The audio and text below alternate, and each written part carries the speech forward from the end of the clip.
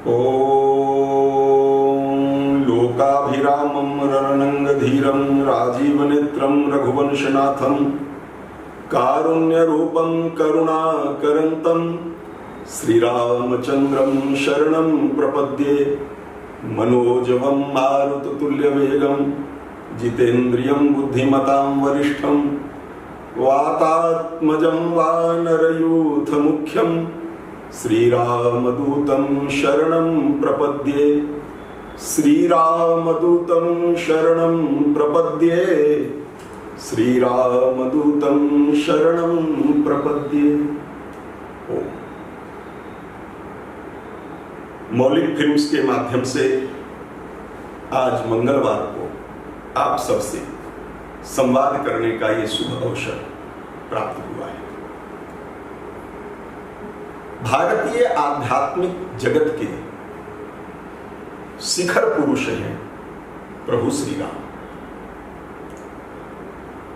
और हम सब लोग उनको मर्यादा पुरुषोत्तम के रूप में सदैव स्मरण करते हैं।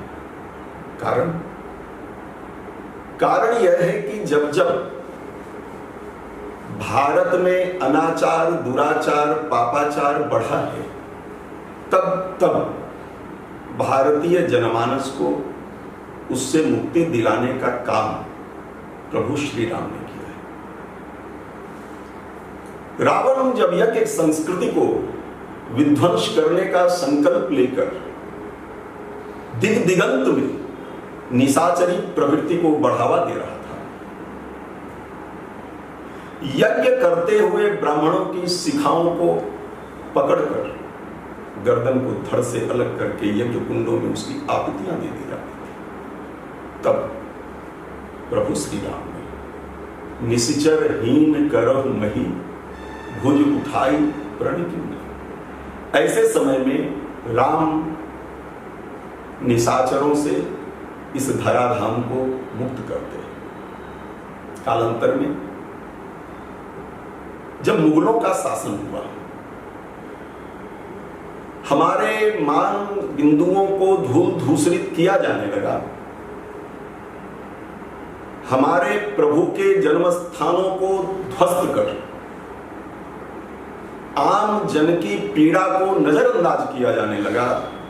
ऐसे समय में मुगलों के कालखंड में बाबा तुलसी ने रामचरितमानस की रचना कर आम जन के बीच राम के उदात्त चरित्र को पुनः प्रतिस्थापित किया। राम फिर से जनमानस को त्राण देने के लिए बाबा तुलसी के माध्यम से आते हैं। और अंग्रेजों के समय में जब भारत जालियांवाला बाग कांड जैसी जघन्य हत्याओं का दृश्य अपनी आंखों के सामने साकार होते देख रहा था, ऐसे समय में युग पुरुष गांधी ने रघुपति राघव राजा राम इसका उच्चारण किया, और हम भारतीयों के मन में राम राज्य का स्वप्न उसके बीच ये फिर से होती है। चाहे रावण का समय हो, चाहे मुगलों का समय हो, और चाहे अंग्रेजों का समय हो, जब भी आम जन को लगता है कि अब आगे क्या होगा, ऐसे समय में राम आकर हमारे मन के सामने खड़े होते हैं। और श्री हनुमंत लाल जी ये रामचंद्र के काज संवारे। आम जनमानस के बीच में रामचंद्र की जो प्रतिमा है, उनके काज को संवारने का काम सदैव श्री हनुमंत लाल जी ने किया। हरे जो दीन के दुख को उसे भगवान कहते हैं, हरे जो दीन के दुख को उसे भगवान कहते हैं, करे गुरु मातु पितु सेवा उसे इंसान कहते हैं।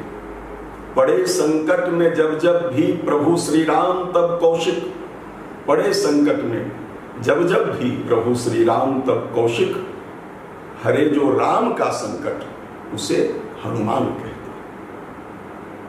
और ऐसे श्री हनुमंत लाल जी की आराधना का महामंत्र है श्री हनुमान चालीसा। बाबा तुलसी का जो बाल्यकाल था ये बड़ा कष्ट में बीता।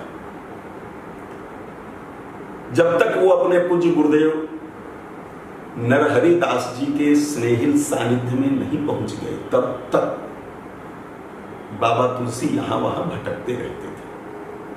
और इसी क्रम में लगभग उनकी आयु 10 या 12 वर्षों की रही होगी जब वो वाराणसी के पंडित शेष सनातन जी के यहां रहा करते थे। पंडित जी की सेवा करना, शुश्रूषा करना और वहीं अपना स्वाध्याय करना। रात्रि काल गुरुदेव के कमरे में चरण सेवा करने के उपरांत जब थोड़ी दूर पर बने हुए अपने कमरे की ओर वो बालक तुलसी जाया करते थे तो उस आश्रम में एक पीपल का वृक्ष था और ऐसी आश्रम में किंवदंती थी, चर्चा थी कि उस पीपल के वृक्ष पर एक प्रेत आत्मा रहती है। अब 10-12 वर्षों का एक बालक तुलसी रात्रि काल 9, 9:30, 10, 10:30 बजे गुरु जी की चरण सेवा करने के उपरांत जब गुरु जी के कमरे से निकलकर उस पीपल के वृक्ष के पास से गुजरकर अपने कमरे की ओर जाते थे तो उनको उस प्रेतात्मा की याद आती थी। शायद यहां प्रेतात्मा रहती है। तो स्वाभाविक है, बाल मन को डर लगता था।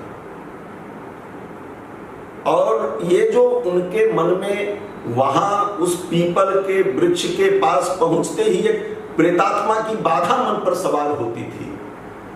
इस बाधा से मुक्ति का उपाय बाबा तुलसी ने श्री हनुमान चालीसा की रचना करके प्राप्त किया। वास्तव में जीवन की बाधाओं से मुक्ति का साधन है श्री हनुमान चालीसा। हनुमान जी का जो पूरा चरित्र है ये बाधाओं से मुक्ति के संघर्ष का ही चरित्र है। मां जानकी जो भक्ति स्वरूपा है, जो शांति स्वरूपा है, उनकी खोज में जब श्री हनुमंत लाल जी चलते हैं तो सबसे पहले उनके समक्ष आकर खड़ी होती है सुरसा। सुरसा अच्छे रस। सुरसा का अर्थ है कामनाएं, सुरसा का अर्थ है वासनाएं, सुरसा का अर्थ है इच्छाएं। एक होती है आवश्यकता और एक होती है इच्छा। आवश्यकता तन की होती है और इच्छा मन की होती है। आवश्यकता की पूर्ति के उपरांत तन को संतुष्टि मिलती है और इच्छा की पूर्ति के उपरांत अतृप्ति होती है। मन और की कामना करता है। ऐसे समय में जब हमारे जीवन में इच्छाओं की बाधाएं आकर सामने खड़ी हो जाएं तो इस सुरसा रूपी बाधा से मुक्त होने का एक ही उपाय है, वो है स्वयं को छोटा कर लीजिए। और फिर जो हमें अपने सामने बाधा के रूप में खड़ी दिखलाई पड़ रही थी वही सुरसा, राम काज सब करिहु तुम बल बुद्धि निधान, आशीष दे, आशीष देती है।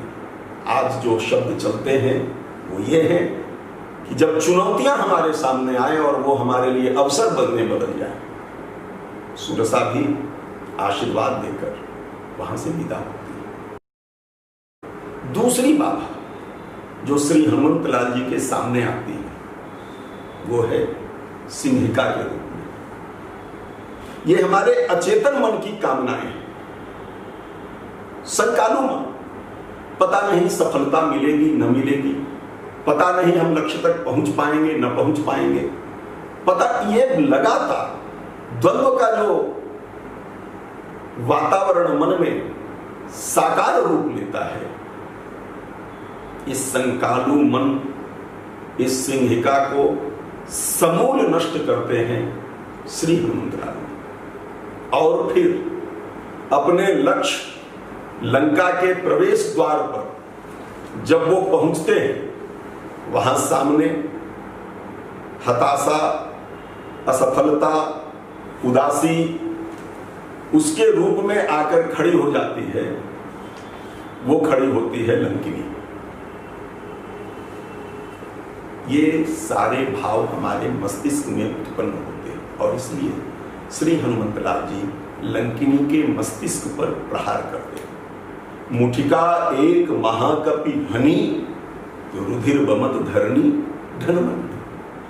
श्री हनुमान चालीसा एक मनोवैज्ञानिक साधना है, एक मनोवैज्ञानिक समाधान है हमारी मानसिक बाधाओं का। जीवन के अधिकांश प्रश्नों का हल हम बुद्धि से करना चाहते हैं और इसीलिए श्री हनुमान चालीसा में बाबा तुलसी ने श्री हनुमंत लाल जी से यह मांग की कि बल, बुद्धि, विद्या देहु मोहि। एक होता है बुद्धिमान और एक होता है विद्वान।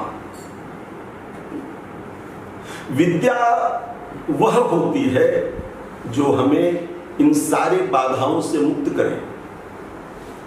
सा विद्या या विमुक्त। आइए श्री हनुमान चालीसा जो हमारे अवचेतन मन को शक्तिशाली बनाती है, श्री हनुमान चालीसा जिससे हम अपने जीवन में आने वाली शारीरिक, मानसिक, आर्थिक और आध्यात्मिक बाधाओं को दूर कर एक आत्मसम्मान, आत्मगौरव और आत्मनिर्भरता का जीवन जी सके, इसके लिए हम और आप मिलकर श्री हनुमान चालीसा की यह यात्रा प्रारंभ करेंगे। श्री हनुमान जी की मंगलमयी कृपा सदैव हम सब पर बनी रहे। आज इस मंगलवार को आप सबको बहुत बहुत